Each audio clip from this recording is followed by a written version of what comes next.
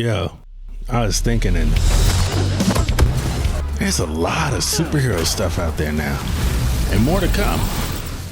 I'm down for every frame of it, for real. I'm in trouble. But some of you might feel like my friend Richard. What the f with all the Batman bull?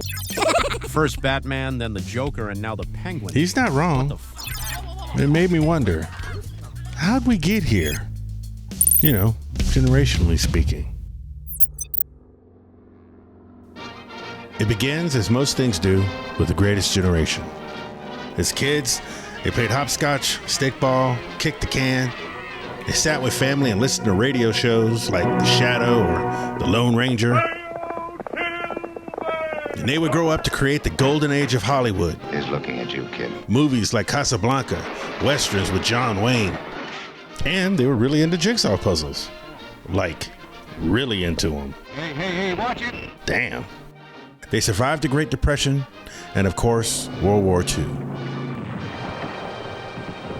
As the build up to that war, this guy and this guy created this guy, the first superhero, Superman, champion of the oppressed. Superman was an introduction to the concept of humans having superpowers. He had super strength, super speed, and he could leap 1/8 of a mile, high enough to hurdle a tall building. In his first issue, he keeps an innocent person from going to jail. I've proof she's innocent, and you alone can save her. Puts hands on a wife beater. You're not fighting a woman now. And throws a car at some dudes who try to kidnap Lois Lane. I always wonder why that guy looks so terrified. A year later, this guy and this guy created the Batman as a darker, grittier alternative to Superman. Who sent you, may I ask? We can't tell you. He'd kill us. Your choice, gentlemen. Tell me, or I'll kill you. Yeah, real dark.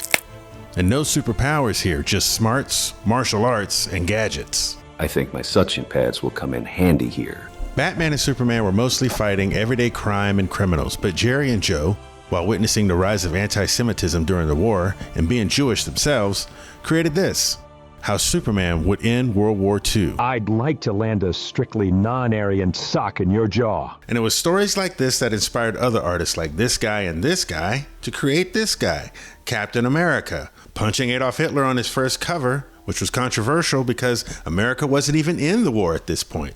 Then this couple and this guy created this Nazi-fighting Amazon named Wonder Woman. The Flash. Green And so Lantern, began an avalanche of superheroes created to fight the Third Reich. The Wizard. So at this Justice point, Society of superheroes are a thing. And it makes sense that the generation that created Hollywood and the superhero would be the first to bring superheroes to the big screen. And they do it in the form of movie serials. These are short films, both animated and live action, that were released every week at your local theater. Okay, let's step out for a second. When you take an idea from one medium to the next, like comics and movies, and even vice versa, things change for lots of reasons. Like limits of the new medium, how the original material was viewed by the creators adapting it. You know, everyone's going to bring something of their own to the work and leave out the stuff they don't want to use or can't use because of licenses or budgets. And no one here is trying to say an adaptation to a work has to be word for word or shot for shot like the original to be good. It doesn't.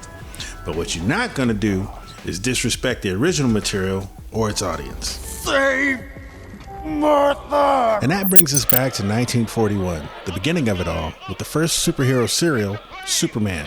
Superman!